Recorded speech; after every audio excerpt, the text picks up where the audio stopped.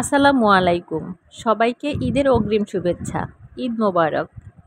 এবারের ঈদে ডেজার্ট টেবিলে নতুন কী রাখা যায় তাই ভাবছেন কি? তাহলে আজকের ভিডিওটা আপনার জন্য। তৈরি করে দেখাচ্ছি মধ্যপ্রাচ্যের জনপ্রিয় ডেজার্ট প্যাশন অফ পার্সিয়া। এটা শুধু ডেজার্ট নয়, একটি অনুভূতির নাম, যেখানে মিষ্টির মধ্যেই ইতিহাস, ঐতিহ্য আর ভালোবাসা মিলেমিশে একাকার হয়। ঘন দুধে সাবুদানার হালুয়া, ক্রিমি কাস্টার্ড, গ্লাসি জ্যালো এবং ভ্যানিলা ফ্লেভার সব মিলিয়ে একাকার অবস্থা। ভীষণ মজার খেতে। চলুন তাহলে দেখে নেওয়া যাক কিভাবে বানাতে হয়। ডেজার্টটি তৈরি করার জন্য প্রথমেই চুলায় একটি প্যান বসিয়ে সেখানে 1 কাপ পানি দিয়ে নিয়েছি, 1.25 কাপ চিনি এবং আধা টেবিল চামচ পরিমাণ আগার আগার পাউডার দিয়ে নিয়েছি। সব কিছু একসঙ্গে ভালো করে মিশিয়ে নেড়েচেড়ে জাল করে নিব। আগার আগার পাউডার যে কোনো তরল পদার্থকে জমাট বাঁধতে সাহায্য করে। আপনারা যে কোনো বড় সুপার শপে অথবা বড় কোনো মুদির দোকান থেকে এটা কিনে নিতে পারবেন। তো আমার এই পানিটাতে বলক উঠে গেছে। এখন আমি এটাকে একটি সার্ভিং বোলের মধ্যে ঢেলে ঠান্ডা করার জন্য অপেক্ষা করব। আর এটা দিয়ে মূলত আমি জ্যালো তৈরি করব। উপর থেকে বাবলগুলো সরিয়ে দিয়ে এটাকে নর্মাল তাপমাত্রায় রেখে দিব 10 মিনিটের মতো। তারপর যখন তাপমাত্রাটা নর্মাল হয়ে যাবে, এরপর ফ্রিজের নর্মাল চেম্বারে রেখে দিব আরও 10 মিনিট। তখন এটা খুব সুন্দরভাবে জ্যালোটা বসে যাবে। এখন একটি পাত্রের মধ্যে আমি পানি দিয়ে নিয়েছি 2 কাপ পরিমাণ, আর সেখানে সাবুদানা দিয়ে নিচ্ছি আমি 1 কাপ পরিমাণ। এই সাবুদানাটা আমি আগেই একটু ভালো করে ধুয়ে পরিষ্কার করে নিয়ে পানিতে ভিজিয়ে রেখেছিলাম। এখন এটাকে সেদ্ধ করে নিব যতক্ষণ পর্যন্ত এটার কালারটা মোটামুটি ট্রান্সপারেন্ট না হয়ে যায়।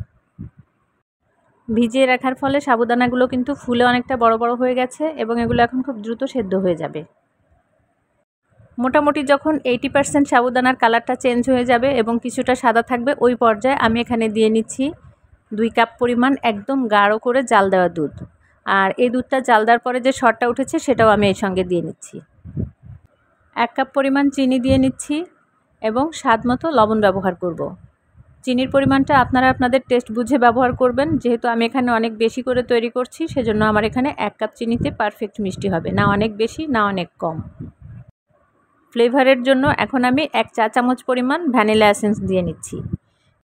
যেহেতু এই ডেজার্টটাতে আমি ভ্যানিলা ফ্লেভারের কাস্টার্ডটা ব্যবহার করব, সেজন্য এই সাবুদানার হালুয়ার মধ্যেও আমি এখানে ভ্যানিলা ফ্লেভারটাই ব্যবহার করলাম। এখন দুধ আর সাবুদানা একসঙ্গে মিশে গাঢ় হয়ে যাওয়া পর্যন্ত অপেক্ষা করে নাড়তে থাকবো।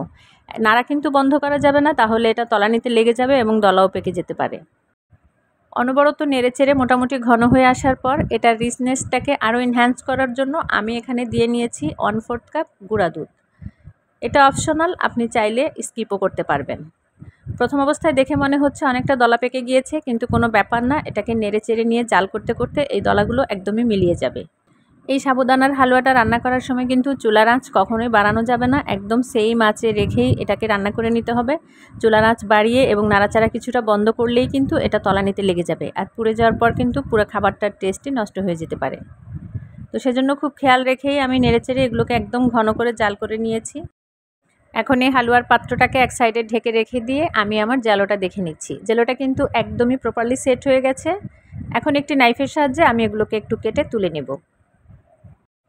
এই জ্যালোটা তৈরি করার সময় আমি এখানে কোনো রকম ফুড কালার ইউজ করিনি। আপনি চাইলে এখানে যে কোনো কালার ইউজ করতে পারবেন আপনার পছন্দ অনুযায়ী। আমার আজকের ভিডিওটি আপনারা কে কোথা থেকে দেখছেন কমেন্ট করে জানাবেন। আর আপনারা যদি আজকে আমার চ্যানেলে নতুন হয়ে থাকেন তাহলে প্লিজ আমার চ্যানেলটি সাবস্ক্রাইব করে দিয়ে আমার চ্যানেলের সঙ্গেই থাকবেন। তো এই তো জেলোটা আমি একদম ছোট টুকরো করে কেটে তুলে নিয়েছি। দেখতেই পাচ্ছেন যে কেমন স্বচ্ছ কাচের মতো হয়েছে। আমি এক টুকরো হাতে নিয়ে দেখাচ্ছি, মনে হচ্ছে না যে এক টুকরো কাচ।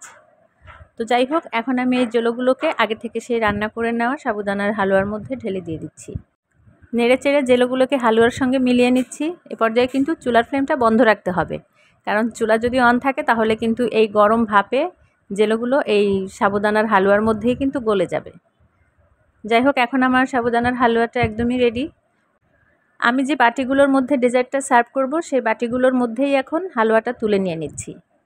আপনারা নিশ্চয়ই হালুয়ার ঘনত্বটা দেখেই বুঝে নিতে পারছেন যে কতটা ঘনত্বে আসার পর এটাকে চুলা থেকে নামাতে হবে।